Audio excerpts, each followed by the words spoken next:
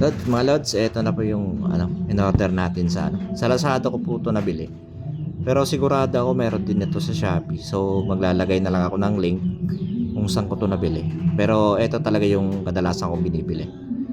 So eto yung niya, parang brand niya yata to, Good Pumps. So eto po ay 12 volts lang. Tapos 6 amperes. Ito yung rated power niya, 72 watts. Yung base specification niya is 130 PSI to. So sa akin okay naman guys. So yung gagawin nyo lang dito is maghahanda lang kayo ng screwdriver.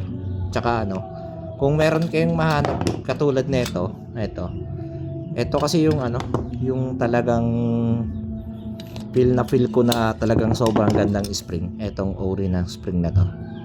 Ito. Sobrang lambot niya, tsaka mabilis lang siyang ito lang. Kung kahit mag DIY na lang kayo basta ganitong spring. Pero kung may mahanap kayo katulad na ito sa Omni, nasunog kasi ito kaya ito. Yung original spring kasi na ito sa loob is ganito, sobrang tigas. So kailangan nyo talaga ng ganito. So ito, yung bubuksan nyo lang dito is ito. Tatanggalin nyo lang tong dalawang to, yung dalawang screw na yan. Yan. Magkabilaan yan.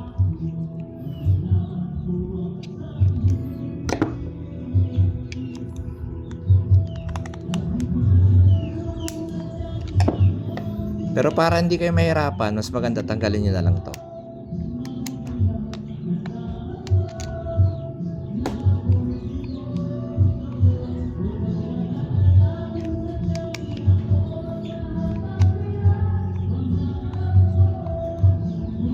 Etong dalawang screw lang na ito tatanggalin nyo.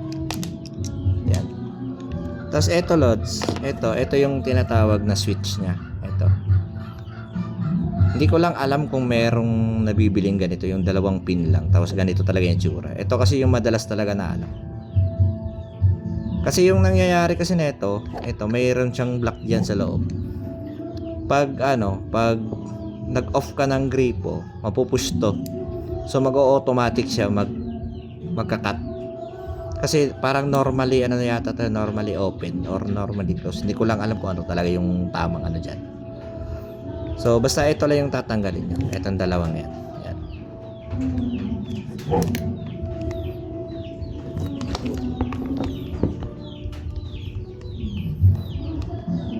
Ito pala lods is nabuksan ko na to kanina kasi sinubukan ko muna eh. Kasi pag bumili kayo nito, subukan nyo muna kung gumagana.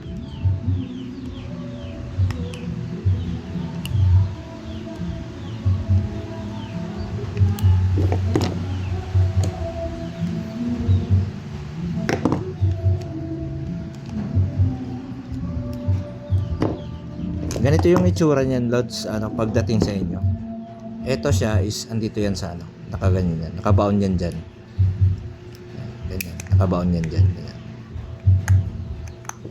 Yung totoong spring nito is ito matigas. Nabuksan ko na kasi ito yung spring niya.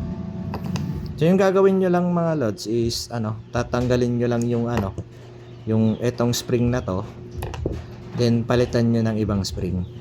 Yan.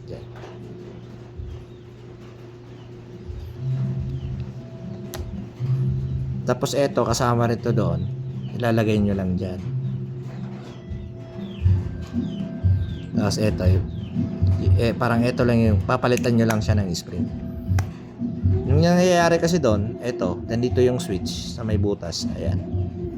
Pag eto kasi pag nag-off kayo ng gripo dahil sa pressure doon sa pump, mapupush to.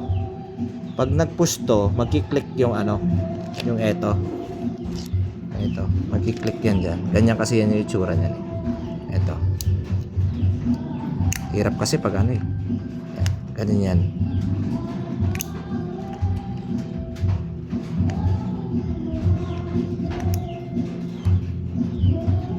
Test nyo muna kung kung naaabot ba ng dapat parang tutunog to ito yung parang clicking sound niya. Yan, ganyan. Pag mahirapan kayo, pwede namang wag niyo nang lagyan ng ganito para mas mas madali.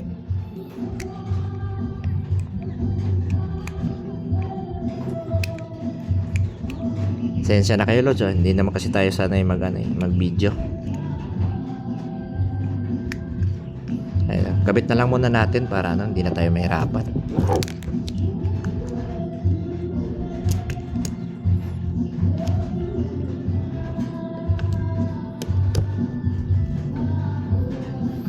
Eto Lods, talagang higpitan nyo to ng maigi. Kasi based sa experience ko, pag maluwag kasi siya, mahirap talaga, matagal tumigil yung tubig, yung pump. Parang pag may konting leak siya.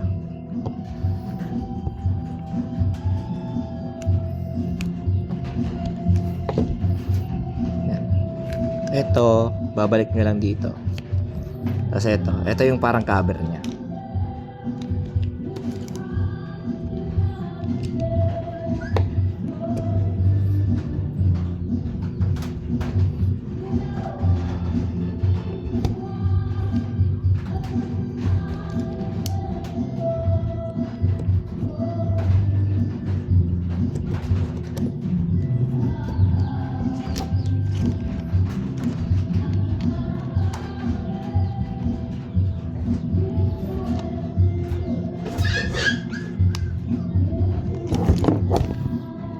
Ganun lang siya kadali Lods, dahil ito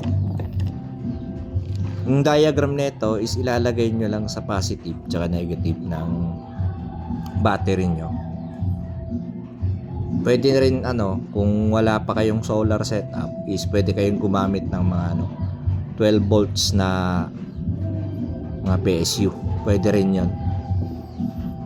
Tapos yung dito naman Lods, hindi ko lang alam kung ano yung tamang size dito. Nagdi-DIY lang ako. Tsaka hindi rin naman kayo malilito kung saan lalabas yung tubig kasi merong aro yan. Ito yung out nya, ito yung in.